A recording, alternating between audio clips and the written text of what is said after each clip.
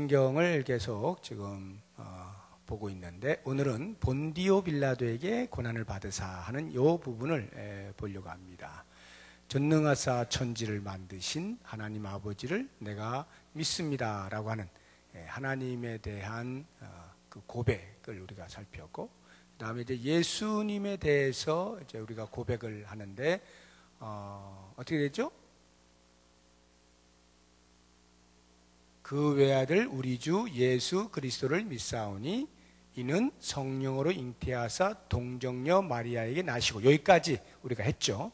그 다음이 이제 본디오 빌라도에게 고난을 받으사 십자가에 못 박혀 죽으시고 라고 하는 부분인데, 이 본디오 빌라도에게 고난을 받는다 하는 요 대목을 우리가 생각을 해보려고 하는데, 그 전에 먼저 잠시 점검을 하고 이제 가야 할 부분이 있어요. 이 보시게 되면은 동정녀 마리아에게 나셨다라고 하는 탄생의 고백이 있죠.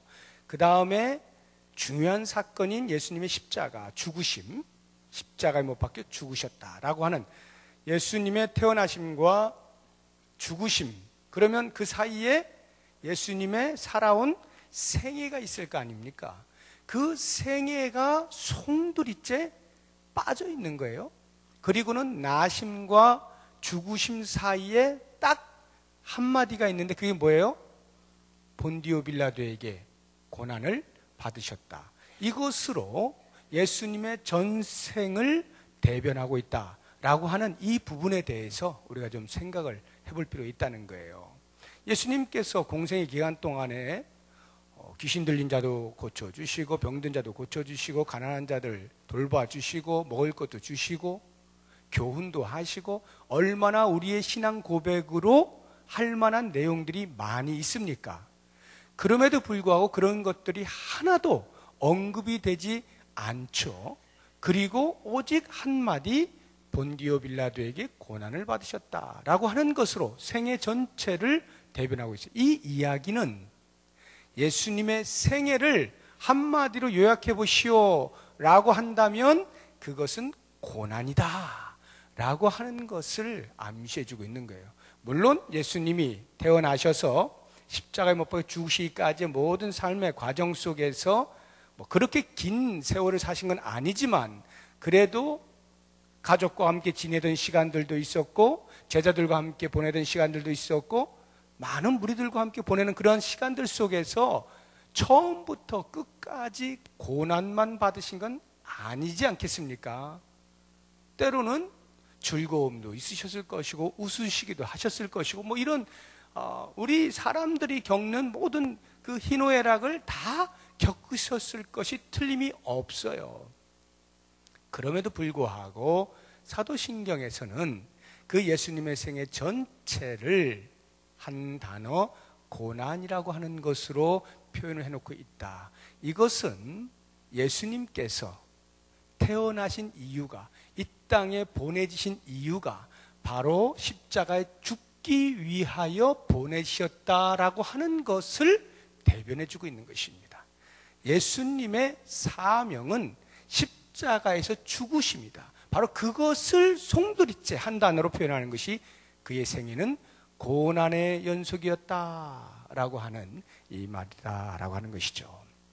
자, 그렇다고 한다면 이제 본격적으로 오늘 본디오 빌라도에게 고난을 받으셨다라고 하는 이 말,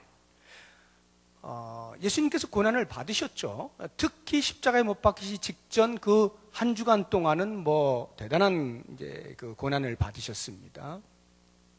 이러한 고난을 받으실 때에 누구로부터 고난을 받았느냐라고 하는 것을 신앙의 선배들인 우리의 선조들이 사도신경에다가 다른 그 누구가 아닌 본디오 빌라도의 이름을 집어 넣어 놓은 것입니다.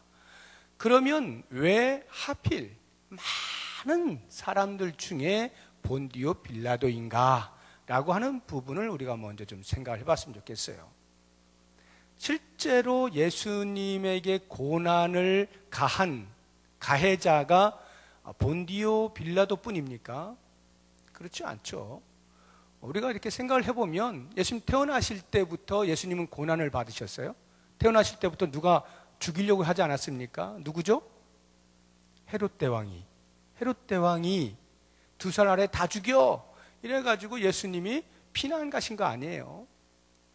태어나실 때부터 고난을 당하기 시작했습니다. 그러면 적어도 직접적으로 예수님을 죽이려고 했던 헤롯 대왕, 본디오 빌라도보다 어쩌면 더 이름이 좀 나와줘야 될 것 같은 생각이 들지 않습니까? 그가 자라서 선지자로서의 하나님의 아들로서의 어떤 역량을 발휘하고자 할 때에 고향 사람들과 가족들로부터 배척을 받지 않습니까? 그래서 예수님께서 그러시잖아요. 선지자가 고향과 자기 집 외에서는 존경을 받지 않는 곳이 없다. 이렇게 말씀을 하시잖아요. 어디를 가도 훌륭한 교훈들을 하시면서 존경을 받으시는데 유독 고향에만 오면 가족들 안에서는 오히려 배척을 받는, 고난을 받으시는 그러한 모습을 우리가 볼 수가 있는 것입니다. 그것뿐 아니죠. 예수님께서 공생애를 시작하시기 위해서 제자들을 부르시잖아요. 하나하나 불러서 12명의 제자들을 불러다가 3년 동안 또는 3년 반 동안 줄기차게 먹고 살고 같이 뒹굴면서 예수님의 그 하나님으로부터 받은 뜻을 전달하고 하나님 나라의 사람들이 어떻게 산다라고 하는 것을 삶으로 보여주는 그러한 삶을 함께 살았던 제자들, 그 가운데에서 가룟 유다가 예수님을 팔아 넘기는 가해자가 되죠. 뿐만 아니라 베드로가 그 사람들 앞에서 나는 예수님을 알지도 못한다고 저주하면서 맹세까지 하는 이런 배반을 하고 모든 제자들이 다 십자가 그늘 아래서 쉼을 얻는 게 아니라 도망가 버리죠. 나는 십자가와 무관하다. 도망을 가버립니다. 이런 제자들로부터 오히려 고난을 당하시는 예수님의 모습, 보다 더 직접적으로 고난을 받으셨다고 한다면 아마도 유대교 지도자들 아니겠습니까? 사두개인들, 바리새인들, 서기관들, 율법사들, 유대교의 적어도 지도자라고 하는 사람들, 그들은 서로에 대하여서는 때로 의견이 맞지 아니하고 각각의 당파를 유지하곤 했지만 예수님을 죽이자고 하는 그 한 가지 목적에서는 동일한 마음을 품고 힘을 규합하잖아요. 그래가지고 예수님을 십자가에 못 박는 일에 적극적으로 가담하죠. 어떻게 해서든지 예수님을 못 살게 굴고, 예수님이 어떤 교훈을 하시면 그거는 하나님을 모독하는 소리라고, 성전을 모독하는 소리고, 모세를 모독하는 소리라고 이렇게 비난을 하고, 병을 고쳐주거나 귀신을 쫓아내면은 저거는 저거 귀신의 왕 바알세불의 힘을 입어가지고 하는 거야 하고 엉뚱하게 시비를 거는, 그래서 결국은 예수님을 십자가에 못 박기로 머리를 맞대고 음모를 꾸미는 이러한 유대교 지도자들이야말로 예수님을 고난에 빠뜨린 장본인들 아닙니까? 그럼에도 불구하고 이런 사람들이 없다 이 말이에요. 마지막 예수님께 십자가에 못 박히실 때 그 마지막 최종 빌라도가 결정을 내리는 데 있어서 결정적 역할을 했던 군중들의 소리, 십자가에 못 박아라. 이러한 군중들이야말로 예수님을 고난으로 몰아간 장본인들이 아니냐. 지금 제가 열거한 이러한 사람들이 고난을 받으사라고 말씀하실 때 그 가해자들로서 충분히 명단에 오를 만한데 어떻게 이런 사람들은 하나도 없고 다 빠지고 오직 본디오 빌라도만 있느냐 이 말이에요. 사도신경 안에 빌라도가 뭘 그렇게 잘못을 했길래 빌라도의 이름만 있는가? 솔직하게 우리가 빌라도를 점검해 보면요, 빌라도는 대단히 괜찮은 사람이었습니다. 지금 제가 열거한 이런 사람들하고는 질이 다른 사람이었어요. 그가 로마의 장교로서 그 유대를 다스리는 총독으로 부임받아 가지고 예수를 만나는데 보통 사람이 아닌 거예요. 만나는데 그냥 다리가 후들후들거릴 정도로 그 거룩함 앞에 압도되어지는 이러한 경험을 했던 것이 빌라도입니다. 그러한 빌라도가 예수님을 죽이지 않기 위하여 매우 힘썼던 것을 볼 수가 있어요. 오늘 본문의 말씀 같이 한번 보시죠. 요한복음 19장 12절을 보세요. 12절 보면 이러함으로 빌라도가 예수를 놓으려고 어떻게 했다고요? 힘썼으나. 예수를 놓으려고 힘썼어요. 빌라도가 어떻게 힘썼을까요? 한번 생각해 보세요. 그 복음서에 나오는 빌라도의 행위들을 가만히 이렇게 추적을 해보면 가장 먼저 유대 지도자들이 고소를 했을 때에 빌라도가 가만 보니까 이거 별거 아닌 것 같거든요. 괜히 내가 이거 휘말릴 필요가 없을 것 같은 거예요. 그래서 어떻게 합니까? 헤롯에게로 보내잖아요. 헤롯아, 네가 좀 해결해라. 헤롯에게로 보냅니다. 그런데 헤롯이 다시 또 돌려보내죠. 그러니까 어떻게 해요? 빌라도가 머리를 쓰는 겁니다. 야, 어떻게 하면 석방을 시킬까? 하고는 그 당시에 살인죄를 지었던 바라바를 세워놓고 절기가 되면은 한 사람을 석방해주는, 사면해주는 그러한 제도에 따라 예수님과 바라바를 놓고 너희들 누구를 선택할래? 당연히 빌라도의 생각에는 설마 살인자 바라바를 놓아달라고 하진 않겠지 하고 예수님이 사면될 것으로 생각하고 그렇게 했는데 백성들이 웬걸요? 바라바를 놓으시오 이렇게 하게 되는 것이죠. 계속해서 빌라도는 노력을 하고 있는 것입니다. 그게 숲으로 돌아가니까 어떻게 해요? 그 다음에는 할 수 없이 군중들 앞에서 채찍으로 때려가지고 자, 내가 이만큼 때렸다. 봤지? 이렇게 많이 때렸다. 이 정도면 된 거 아니냐? 이제 그만 놔주자. 그런데도 연신 십자가에 못 박으라고 소리를 치죠. 결국 마지막으로 빌라도가 예수의 석방을 위해서 마지막으로 한 건 뭡니까? 세숫대야를 갖다 놓고 손을 씻는 거 아니에요. 너희들 정말 그렇게 할 거야? 나 손 씻는다. 내 잘못 아니야. 만약 죽었다면 그 책임은 너희들 책임이야. 난 절대 아니다. 이렇게까지 그들을 으르고 협박도 했다가 뭐 별짓을 다 하는데도 불구하고 군중들은 끝까지 예수를 십자가에 못 박으라고 소리를 치는 거죠. 이렇게 빌라도는 예수님의 석방을 위해서 대단히 노력을 한 사람이에요. 그런데 앞에 열거되었던 그런 사람들에 비하여 이와 같은 빌라도의 행동으로 볼 때 사도신경 속에 고난을 이야기하는 가해자로서 빌라도의 이름이 등장한다는 것은 조금 납득이 안 되는, 이해가 안 되는 부분이 있는 것입니다.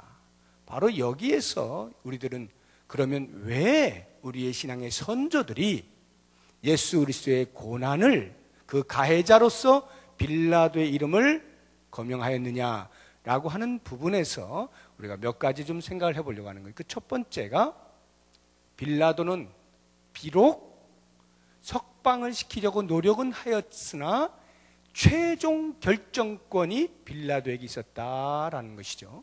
최종 결정권. 아무리 유대 지도자들이 죽여라 해도 빌라도가 도장 찍지 않으면 못 죽이게 돼 있어요. 그 당시 법이. 바로 이런 부분에서 최종적으로 도장을 찍은 사람이 누구냐라고 하는 차원에서 빌라도의 이름이 나왔다라고 하는 것이죠. 그러니까 유대교 지도자가 됐든 군중들이 됐든 뭐 헤롯 대왕이 됐든 뭐 제자들이 됐든 하여튼 모든 사람들이 그 가해자로서 예수님이 십자가에 못 박히시는 데까지의 모든 과정을 다 만들어 놨어요.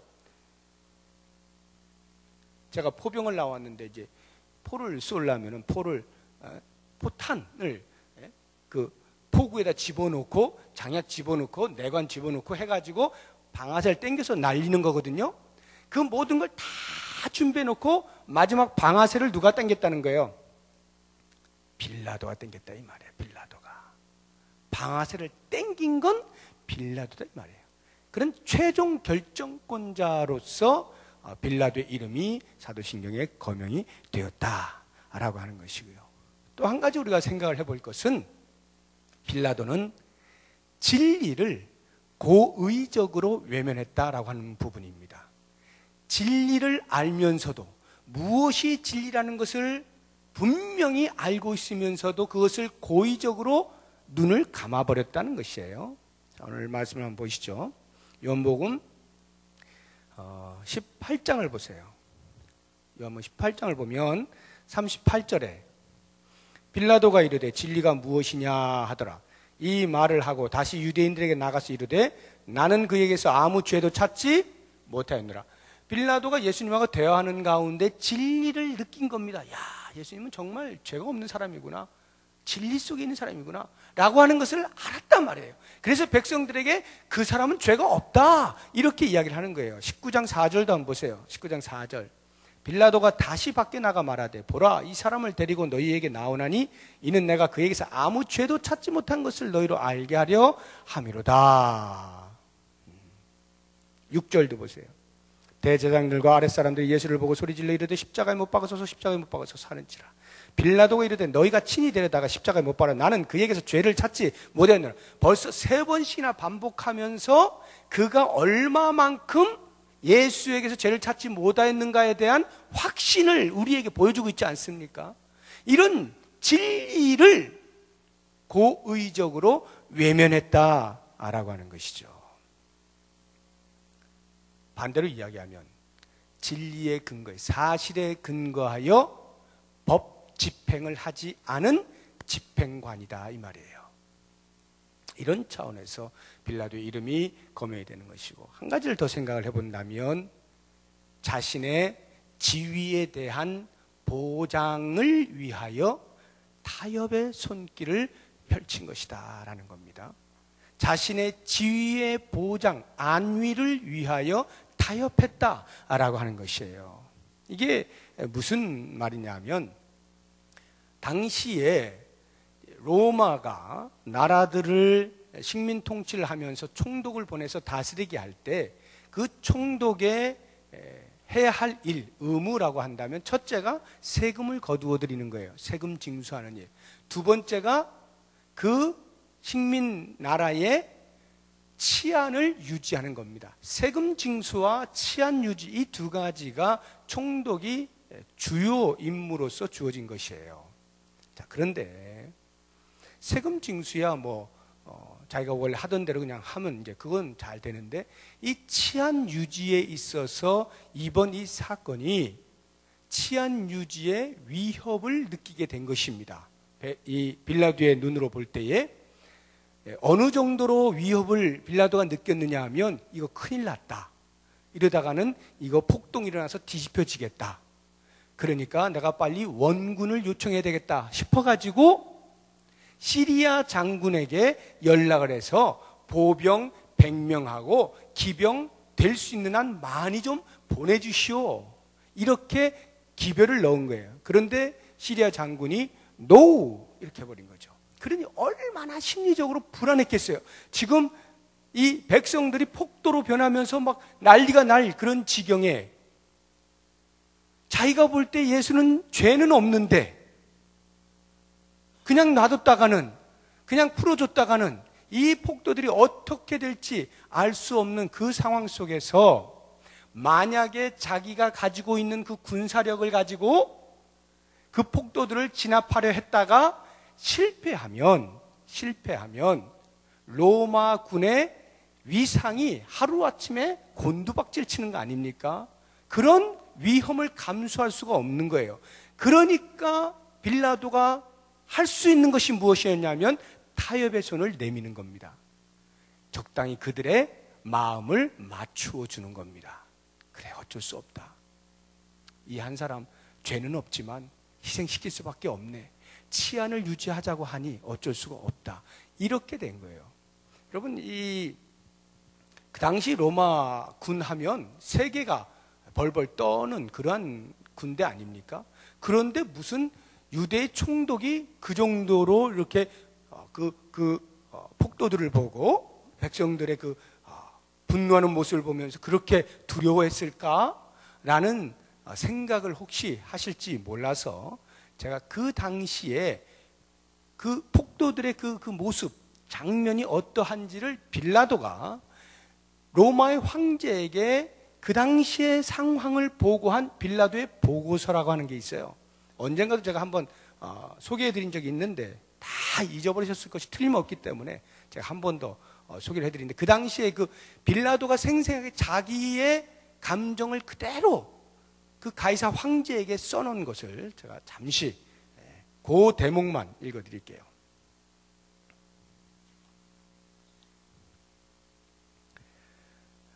다 생략하고 이제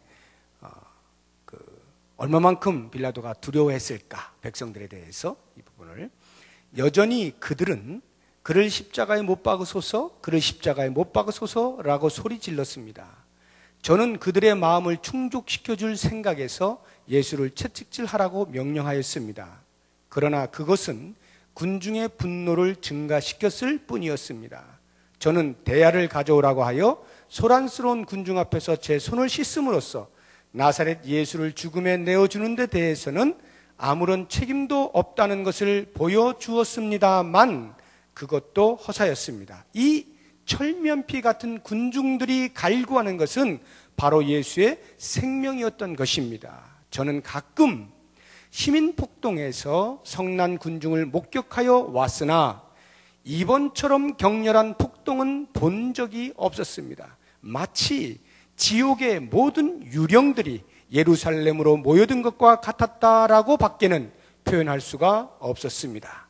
군중들은 걸어다닌다기보다는 갑자기 땅에서 불쑥불쑥 솟아나는 것 같았으며 총독 청사의 입구에서부터 시온산까지 이른 군중들은 넘실거리는 파도를 따라 움직이는 소용돌이처럼 보였고, 판노니아의 공회소의 소동이나 폭동에서도 결코 들어볼 수 없는 가지가지의 회개한 소리를 지르며 해괴한 소리를 지르며 모여 들었습니다. 이것이 지금 빌라도가 로마 황제에게 보고서로 작성하여 올린 내용이거든요. 여러분, 이게 무슨 문학 작품도 아니고 그 당시에 그 상황을 쓰는 데 있어, 보고하는 데 있어서 이렇게까지 자세하고 그 감정의 어떤 그 굴곡을 써놓는, 이게 얼마만큼 빌라도가 불안했으면 보고서에다가 이렇게 작성을 했겠어요. 보통 보고서라고 하면 적당히 읽어서 이해될 만큼 정도 이렇게 하는 거지, 이런 감정의 표현들을 이렇게 구체적으로 표현해 쓰는 이런 보고서가 어딨냐고요. 이 말은 뒤집어 보면 빌라도가 그 당시 그만큼 감정적으로 대단히 유약해졌었다라고 하는 것을 알 수가 있는 겁니다. 그 성난 폭도들 앞에서 자칫하면 나 죽겠구나 싶은 이러한 위기감을 느꼈다는 거죠. 그러니까 바로 그 순간에 자신의 지위가 보장되기 위해서는 그들의 욕구를 충족시켜줘야 된다라고 하는 타협의 손을 내밀었기 때문에 이와 같은 행위들이 사도신경 속에서 본디오 빌라도의 이름을 거명할 수밖에 없게 된 것이다 라는 거예요.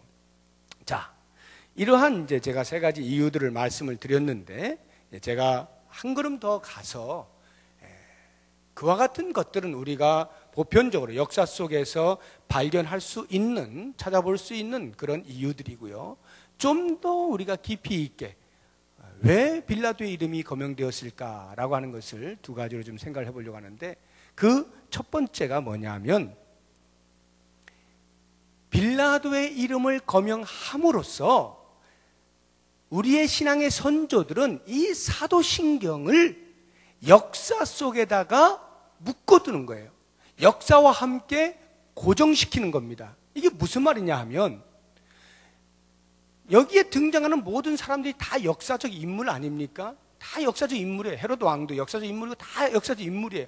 그런데 그 가운데서도 특히 빌라도라고 하는 이름을 걸어 놓음으로써 당시를 호령하던 로마의 유대를 다스렸던 총독 빌라도, 역사 속에서 지울 수 없는 이름입니다. 당당하게 이름이 거명될 수밖에 없는 그 이름을 걸어서 예수 그리스도의 고난받으심과 그로 말미암아 십자가에 죽으신 사건은 역사적 사건이다 라고 하는 것을 우리의 신앙의 선조들이 우리의 후손들의 입을 통하여 계속하여 고백되어질 신앙 고백 사도신경 속에다가 심어 놓았단 말이에요. 잊지 말라는 거예요. 그리스도의 십자가의 죽으심은 전설의 이야기가 아니라는 거예요. 우리의 역사 속에서 선명하게 일어났던 사실이다 라고 하는 것을 분명히 하기 위해서 그 역사의 선명한 인물 본디오 빌라도의 이름을 걸어 놓았다라고 하는 것이죠. 그리고 또 한 가지를 우리가 생각해 본다면 이것이야말로 이제 우리가 깊이 묵상을 해봐야 되는 것인데, 빌라도의 이름을 걸어 놓음으로써 정작 우리의 신앙의 선조들이 원했던 것은 아마 자기들도 그랬을 거예요. 그 본디오 빌라도에게 고난을 받으사라고 하는 그 신앙의 고백 속에서 역사를 잊지 말자라고 하는 것도 있지만, 또 다른 한 가지, 그 본디오 빌라도는 바로 나다 라고 하는 이 부분. 본디오 빌라도는 나다. 예수 그리스도가 다른 사람 아닌 우리에 의해서 고난을 받으셔서 십자가에 못 박혀 죽으셨다 라고 하는 이 부분을 고백하고 있는 것이 아니냐라고 하는 거예요. 저는 이것에 대해서 가장 크게 깨닫고 모든 사람들에게 알고자 노력했던 한 사람을 여러분들이 소개하려고 해요. 대단한 신학자이어야 할 것 같은데 사실은 그렇지 않고 전혀 엉뚱한 영화 배우 겸 제작자인 멜 깁슨이라고 하는 사람입니다. 이 멜 깁슨, 여러분 뭐 잘 아시죠? 그 멜 깁슨이 2004년도에 패션 오브 크라이스트라고 하는 영화를 제작해서 개봉하지 않았습니까? 여러분도 아마 다 보셨을 겁니다. 패션 오브 크라이스트. 예수님께서 고난당하셨던 그 한 주간을, 특히 그 가운데서도 십자가에 못 박기 직전에 12시간을 집중 조명하여서 보여주었던, 장장 2시간이 넘는 그 영화, 거기에서요 멜 깁슨이요 아주 독특한 생각을 하게 되는데, 그게 뭐냐면 그가 돈을 대서 제작을 하면서 직접 감독을 했거든요. 그러면서 영화에 출연도 했습니다. 그런데 멜 깁슨이면은 보통 주연이잖아요. 주연. 그러니까 그 예수님의 그 주연급으로 출연한 게 아니라 멜 깁슨은 얼굴 한 번 안 나옵니다. 거기에서 얼굴 한 번도 안 나와요. 딱 한 장면이 나와요. 주먹 쥐고 있는 거. 주먹 쥐고 있는 이 딱 한 장면, 요 주먹이 멜 깁슨 주먹이거든요. 근데 요게 무슨 주먹이냐 하면, 예수님이 이제 십자가에 못 박혀 죽으실 때에 로마 병정들이 십자가에 못을 박습니다. 못을 박는데 예수님의 손을 놓고, 자, 못은 이렇게 박는 거야 하고 멜 깁슨이 모범을 보여주는 거예요. 자, 못은 이렇게 박아라 하고 못을 손으로 꽉 잡는 이 주먹, 그리고 한 손에 망치를 들고 때리는 이 주먹 하나가 화면에 딱 한 번 나와요. 이게 멜 깁슨의 주먹이거든요. 여러분, 멜 깁슨이 뭘 생각하고 많은 엑스트라도 있고 아니면 뭐 그 가운데 로마 병정으로 하고 있는 그 사람의 주먹을 보여줘야 될 텐데, 왜 거기다가 하필 얼굴도 보이지 않는 자기 주먹을 불쑥 집어넣고 왜 그랬을까요? 저는 이것이야말로 왜 본디오 빌라도의 이름이 거기에 걸려있느냐라고 하는 것을 우리로 하여금 실제적으로 경험하게 만드는 장면이라고 봅니다. 누가 예수님을 십자가에 못 박았다는 거예요? 내가 박았다. 멜 깁슨이 그 고백을 하는 거 아니겠어요? 내가 박은 것이다. 그걸 보는 모든 영화를 보는 사람들이 전부 다 한결같이 그 주먹을 보면서 저 주먹이 내 주먹이었구나 하는 것을 깨닫게 하기 위하여 멜 깁슨이 그 행동을 보이는 거예요. 여러분, 과연 그렇습니까? 우리가 예수님의 십자가에 못 박혀 죽으심, 본디오 빌라도에게 고난을 받으셔서 십자가에 못 박혀 죽으셨다라고 하는 이 사도신경의 신앙 고백을 날마다 하면서 과연 내가 예수님을 십자가에 못 박았다라고 하는 그 고백이 그 속에 들어있느냐 이 말이에요. 내가 박았구나. 우리가 공동체로 신앙 고백을 할 때는 우리가 박은 것이로구나. 우리가 예수님을 십자가에 죽였구나. 우리가 예수님을 고난으로 몰아넣었구나 라고 하는 이 고백을 하게 하기 위하여 대표하여서 빌라도의 이름이 걸려 있는 거죠. 더 정확히 하면 그 본디오 빌라도의 이름을 빼고 내 이름을 넣어서 신앙 고백을 하는 것이 마땅한 것이죠. 이런 부분에서 성경은 우리에게 분명하게 예수님의 고난이 누구 때문인지를 알려주고 있는 겁니다. 마지막으로 그 부분을 찾고 말씀을 마치겠습니다. 이사야서 53장을 가보십시오.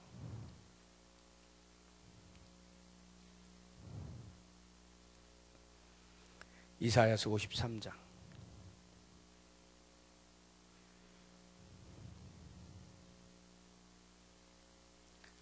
우리가 1절에서 6절까지를 읽을 텐데 거기에 우리라고 하는 단어가 몇 번이나 나오는지를 한번 생각해 보시면서 이렇게 찾아보시면서 손으로 세시면서 한번 같이 읽어보겠습니다.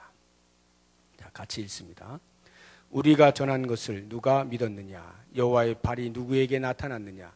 그는 주 앞에서 자라나기를 연한 순 같고 마른 땅에서 나온 뿌리 같아서 고운 모양도 없고 풍채도 없은즉 우리가 보기에 흠모할 만한 아름다운 것이 없도다. 그는 멸시를 받아 사람들에게 버림받았으며 간고를 많이 겪었으며 질고를 아는 자라. 마치 사람들이 그에게서 얼굴을 가리는 것 같이 멸시를 당하였고 우리도 그를 귀히 여기지 아니하였도다.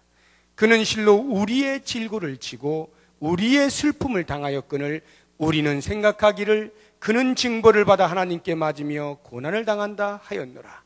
그가 찔림은 우리의 허물 때문이요 그가 상함은 우리의 죄악 때문이라. 그가 징계를 받음으로 우리는 평화를 누리고 그가 채찍에 맞음으로 우리는 나음을 받았도다. 우리는 다 양 같아서 그릇 행하여 각기 제 길로 갔거늘 여호와께서는 우리 모두의 죄악을 그에게 담당시키셨도다. 총 12번이 나와요. 우리의 죄악, 우리의 슬픔, 그것을 담당하시기 위하여 우리에게 참 소망과 용서와 화해와 나음을 얻게 하시기 위해서 우리의 죄악을 예수님께로 담당시키셨다라고 하는 이 성경의 증언, 바로 이 증언으로 인하여서 우리는 사도신경을 외울 때마다, 고백할 때마다 본디오 빌라도에게 고난을 받으사라고 하는 이 대목은 철저하게 우리의 이름이 들어가. 나로 인하여 고난을 받으신 그 주님, 나 때문에 십자가에 죽으신 그 주님으로 우리가 날마다 고백하면서 얼마만큼 우리가 그 그리스도의 고난과 십자가의 놀라운 은혜의 크기를 체험하면서 그 주님 앞에 바르게 살아가야 할지를 늘 묵상하고 결정하는 그러한 신앙 고백이 될 수 있기를 주의 이름으로 부탁드립니다. 기도하겠습니다.